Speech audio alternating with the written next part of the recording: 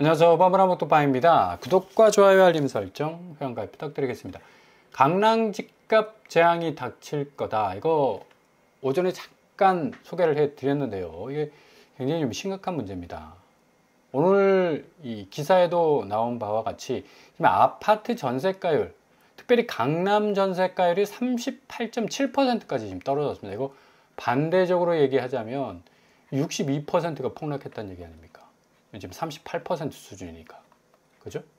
그러니까 이런 수치는 최근에 거의 없었다는 얘기예요. 지금 부동산 시장이 어느 정도 강남 집값의 어떤 불패라는 그런 양상으로 계속해서 진행이 되다 보니까 전세가율이 아무리 못해도 60%는 됐거든요. 근데 지금 강남 전세가율이 38%에 그친다는 거는 앞으로 집값, 특별히 강남 쪽, 거의 뭐 엄청난 성벽을 쌓아놓은 듯이 진입장벽, 어마무시해서 보통 사람들이 들어갈 수 없는 그런 어떤 그들만의 리그가 형성된 그런 동네라고 할 수가 있겠는데, 이거 집값 재앙이 닥칠 가능성이 어마무시 높아졌습니다. 이거 지금 집값 폭락이라는 얘기를 굉장히 좀 많이 드렸는데, 특별히 강남 쪽이 무시무시한 건 이렇게 전세가율 지표가 뚝 떨어졌다는 자체가 앞으로 강남의 아파트 가격이 상당한 어떤 타격을 받을 가능성이 높다라는 그런 어떤 의미를 나타내고 있다고 할 수가 있겠죠. 거품 징후 분명하고요. 전세가율의 이 의미로서는 60-70% 통상적으로 이런 수준에서 이제 전세가율을 유지를 하고 있었는데, 이게 38%까지 떨어졌다는 얘기는 62%가 폭락하고 지금 전세가 자체가 완전히 지금 뿌리채 뽑힐 수 있는 역전세, 깡통 전세까지 나올 수 있는 그런 어떤 상황으로 치달을 수 있다. 결국 전문가들 역시도 여러 측면으로 이제 볼 필요가 있는데, 일단 우선 매매가가 폭등 수준인데 전세가는 뭐 거의 오르지 않았다는 얘기죠. 그러니까 매매가가 얼마만큼 올랐는지 전세가가 이 뒤를 쫓아갈 수가 없어. 아무리 쫓아가려고 하더라도 이게 하룻밤 자고 일어나면 뭐 1, 2억이 오르는 게 아니라, 강남 같은 경우는 뭐 신고가 찍으면 10억 이상, 20억 이상이 뭐 점프를 했기 때문에 이 전세가가 어떻게 따라갑니까? 그러니까 고스란히 격차가 벌어질 수밖에 없는 거고, 전세가율 자체가 굉장히 좀 낮아질 수밖에 없는 저공 비행을 하고 있다는 얘기입니다. 1, 8월 아파트 매매 및 전세가율 변동률을 보더라도 서울, 강남, 서초 전체적으로 굉장히 힘을 못 쓰는 걸 볼 수가 있고요. 아파트 실거래가 지수 변동률 역시도 굉장히 지금 작아지고 있는 걸 볼 수가 있습니다. 이렇게 되면 지난 11년간 최고점을 찍었던 64.6% 이후에 꾸준히 이제 50%를 기록했는데, 올해 2025년 8월에 38.7%까지 추락을 했는데, 이거 더 떨어질 가능성 높습니다. 이거 30% 정도 깨져버리고 20%까지 가잖아요. 매매가는 거의 휘청거릴 가능성이 아주 높습니다.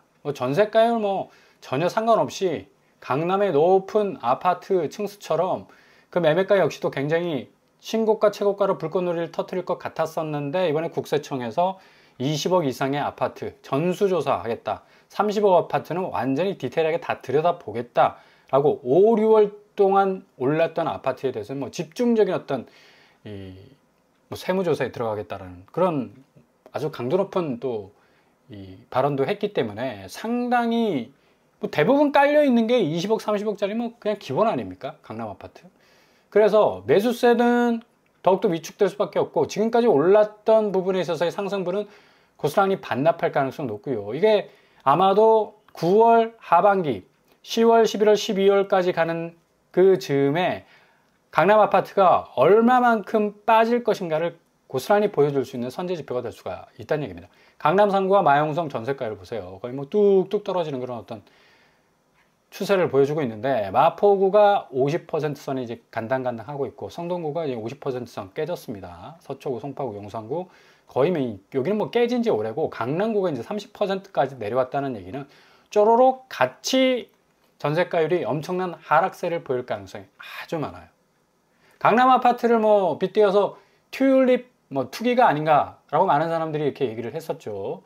네덜란드 사람들이 이 튤립 사들이면서 부를 과시했고, 또 여기에 어마무시 네덜란드 모든 사람들이 아파트 사듯이 그냥 튤립에 모든 돈을 때려박았는데, 당연히 튤립 수요가 늘어나게 되자 공급이 이제 따라가지 못해가지고 그 가격은 기하급수적으로 폭등해가지고 뭐 단기간 안에 네덜란드 사람들이 이 튤립 때문에 팔자 고친 사람들이 굉장히 많았습니다. 그러던 중에 이제 선수들이 다 빠져나갔죠.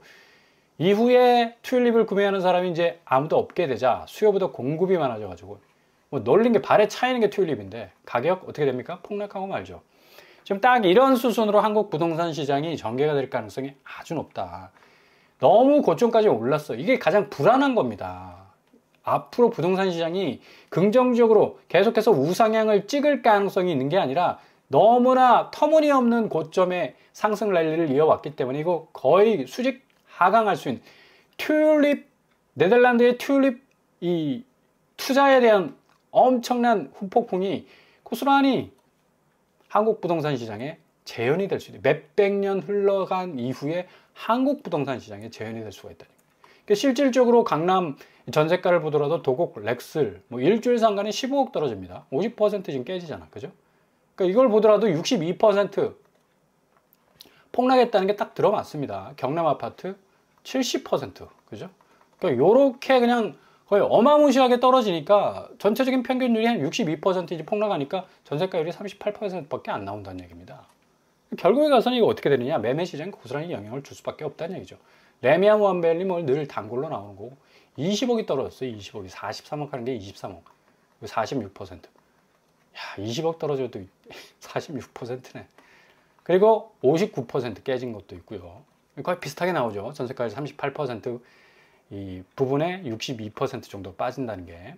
갤러리아 팰리스 66%, 올림픽 선수기자촌 63%, 또 여기도 59%. 거의 비슷하게 나옵니다. 그러니까 전세가율이 얼마나 무서운가를 고스란히 보여주는 지표라고 할 수 있고, 앞으로 강남 아파트를 비롯해서 비강남권 전체적인 아파트의 비정상적인 상점, 최상점, 고가를 찍었던 모든 아파트들이 고스란히 이런 위기에 지금 놓여 있기 때문에 9월 이후에는 아파트 값이 어마무시하게 흔들릴 가능성이 높다. 이미 이렇게 지금 폭락이라는 지표가 선제적으로 지금 나와 있다. 이걸 지금 다 부인을 하잖아. 손바닥으로 그냥 하늘 가리는 거하고 똑같습니다. 너무나 큰 위기에 와 있는 어떤 한국 아파트 시장, 특별히 강남구 아파트라고 할 수 있고, 강동구 뭐 4구에 편입된 지 오래인데 여기도 이제 8억 6천 떨어지고 60% 지금 떨어지고 있잖아요. 14호가 단계 뭐 5억 하고 있고요. 여기도 47%, 삼익그린 맨션 2차도 뭐 50% 잠깐 떨어져 나가고 있습니다. 이렇게 전세가율이 거의 뭐 박살이 나고 있는 그런 상황 중에 있는데, 이게 지금 9.7 대책 이후에 자본의 흐름이 조금 이 코스피 시장 쪽으로 무브먼트를 좀 하고 있지 않느냐라는 그런 느낌적 느낌을 주는 또 지표가 나왔죠. 오늘 3,300선 돌파했습니다. 오늘 코스피가. 사상 최고점을 돌파를 했죠. 4년 3개월 만에. 그러니까 결국에 가서는 좀 타이트하게 부동산 시장을 쪼으면 자본시장은 살아나게 돼 있습니다. 그러니까 그동안 자본시장이 흑비가 내릴 수밖에 없었던 건, 이렇게 자산시장에, 아파트 시장에 돈이 그냥 거의 다 몰빵돼 있으니까 자본시장으로 흘러 들어오지를 않는 거죠. 그러니까 계속적인 어떤 부동산 시장에 대한 압박이 랠리를 이룰 가능성이 높고, 오늘 3,300선 돌파했습니다. 외국인이 1조 넘게 샀어요. 순매수로 이제 돌아서 가지고.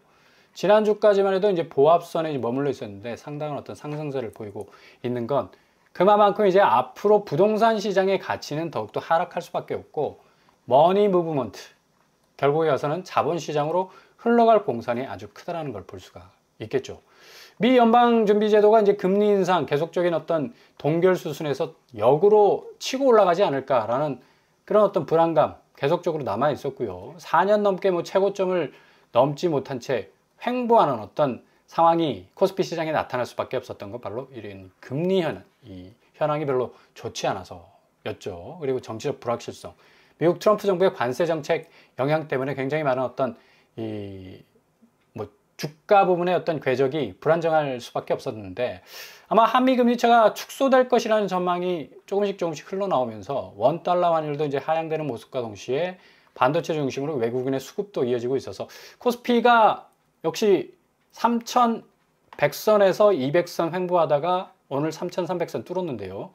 3,500선까지 갈 수 있을지 지켜볼 그런 대목이라고 할 수가 있겠습니다. 일단 9.7 부동산 대책 나온 후에 코스피가 3,300 찍었다는 건 역시 부동산 자금이 이쪽으로 흘러 들어갈 가능성이 굉장히 높다. 그래서 부동산에서 증시 머니 무브 나올까라는 이 물음표가 점점 현실화될 수 있을 가능성이 아주 높아지고 있죠. 일단 부동산 쪽 대출 한도 때문에 자금이 이제 완전히 이제 경색된 상태입니다. 완전히 고드름처럼 딱 얼어붙어 있기 때문에 결국에 가서는 뭐 역행할 수 없는 거잖아.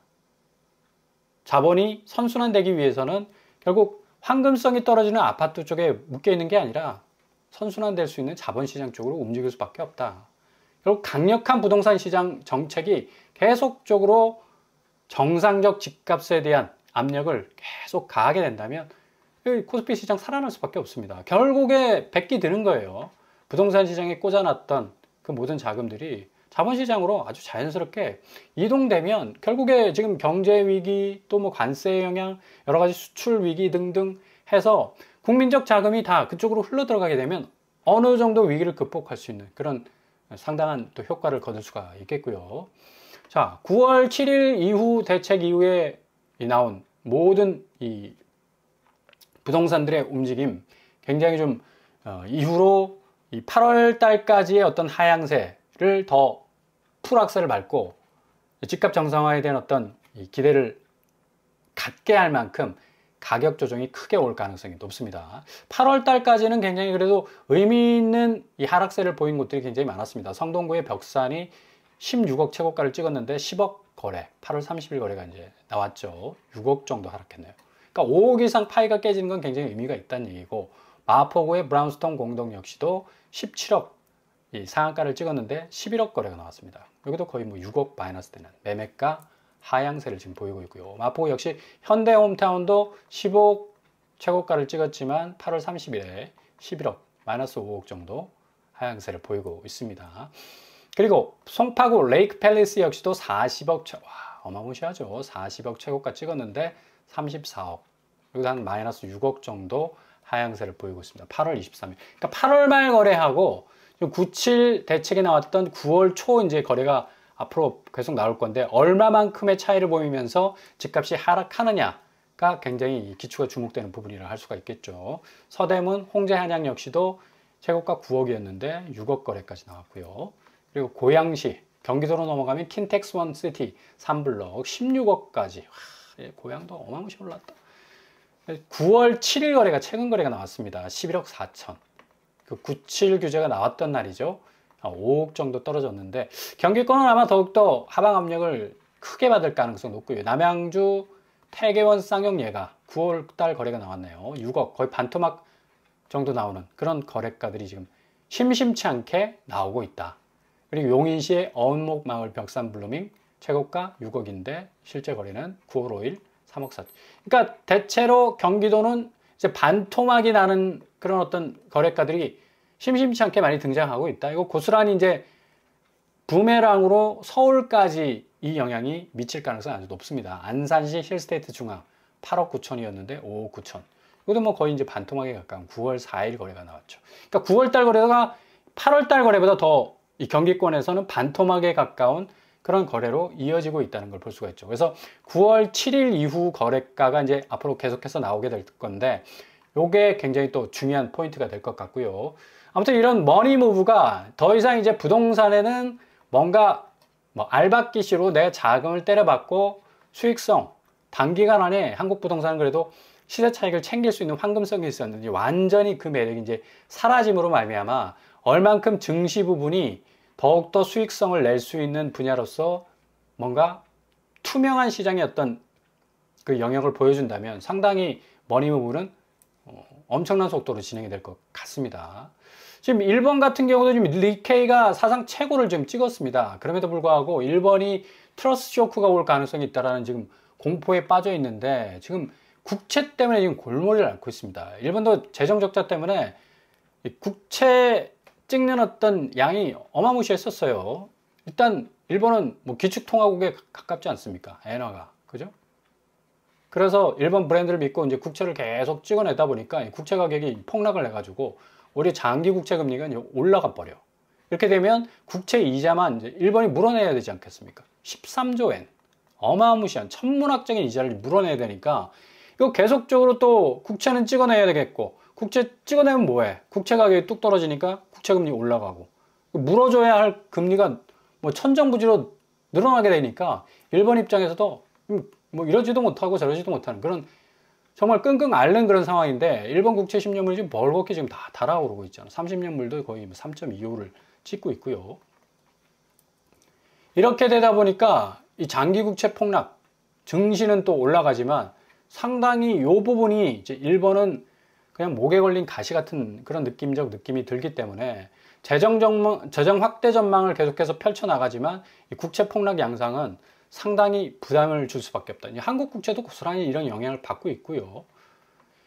국채 금리가 결국 오르게 되면 주담대 금리 역주행할 수밖에 없습니다. 아무리 미국 쪽에서 기준금리, 페드가 기준금리 인하를 해도 한국은행은 금리 인하를 동조해서 내릴 수밖에 없지만, 지금 현실적으로 볼 때 집값 추이와 앞으로 경제적 어떤 이 기저의 현상들, 관세의 영향을 얼마나 잘 견뎌내느냐에 따라서 금리 인하 여부를 좀 결정을 해야 되는 이런 독특한 상황 속에 물려 있기 때문에, 자 보세요. 국채 금리가 올라갔기 때문에 이렇게 뭐 주택담보대출은 역행하고 있습니다.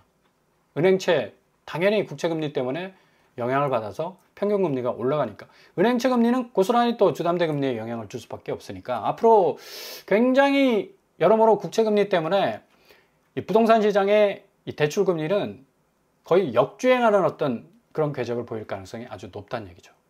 자, 이렇게 코스피 시장이 좀 살아나고 자본시장이 살아나면서 여러모로 관세 때문에 어려운 부분들을 좀 잘 헤쳐나갈 수 있는 부분이 있겠지만, 역시 허들이 또 몇 개 남아 있어요. 관세.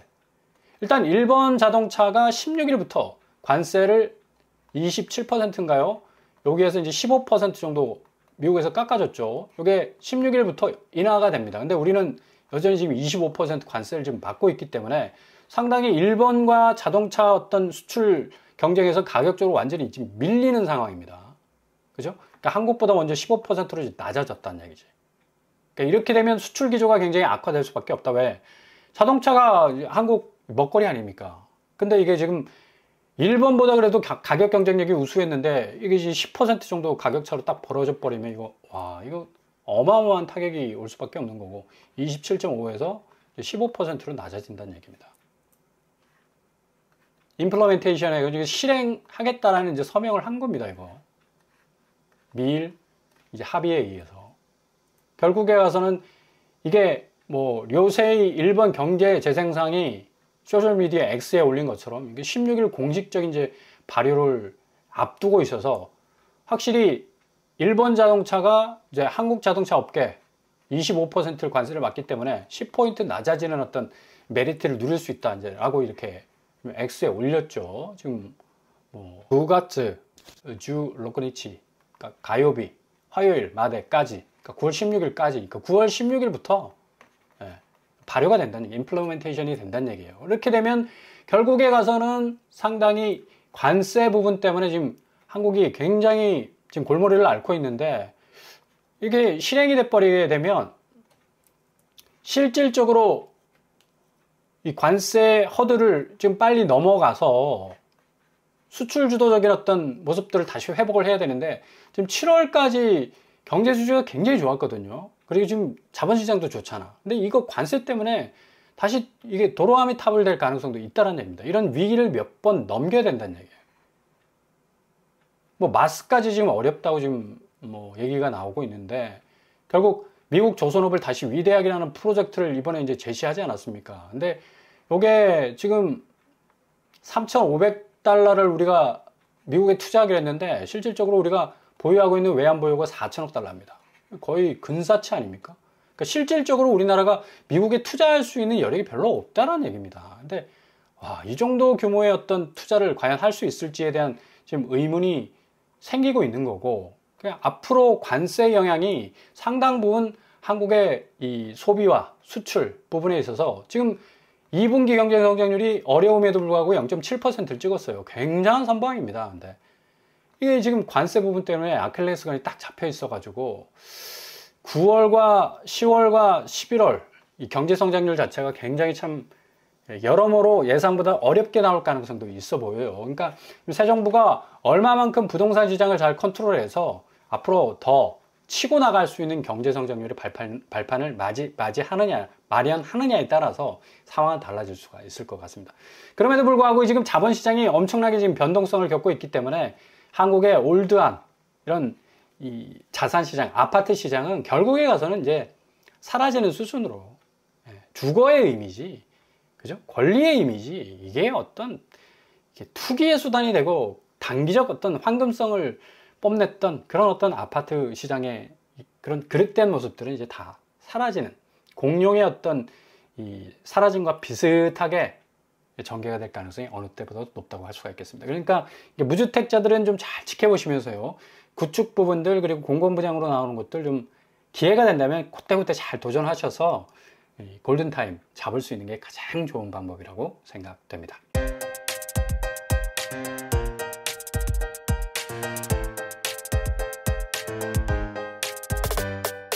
오늘의 부동산 캐리커처, 미국의 관세 영향이 지금까지 지금 잘 버텨온 한국의 수출과 지금 자본시장의 성장들이 굉장히 좀 퇴색될 가능성도 있습니다. 얼마만큼 허들을 잘 넘어가느냐에 따라서 지금의 난관들이 좀 잘 극복이 될 것 같은데, 잘 지켜보시면서 하나하나 돌다리도 두드려가면서 넘어가실 수 있길 바랍니다. 올동원합니다. 항상 여러분의 길이 꽃길만 되실 수 있길 바랍니다. 펌블 한번 마치겠습니다. 구독과 좋아요 부탁드립니다. 감사합니다.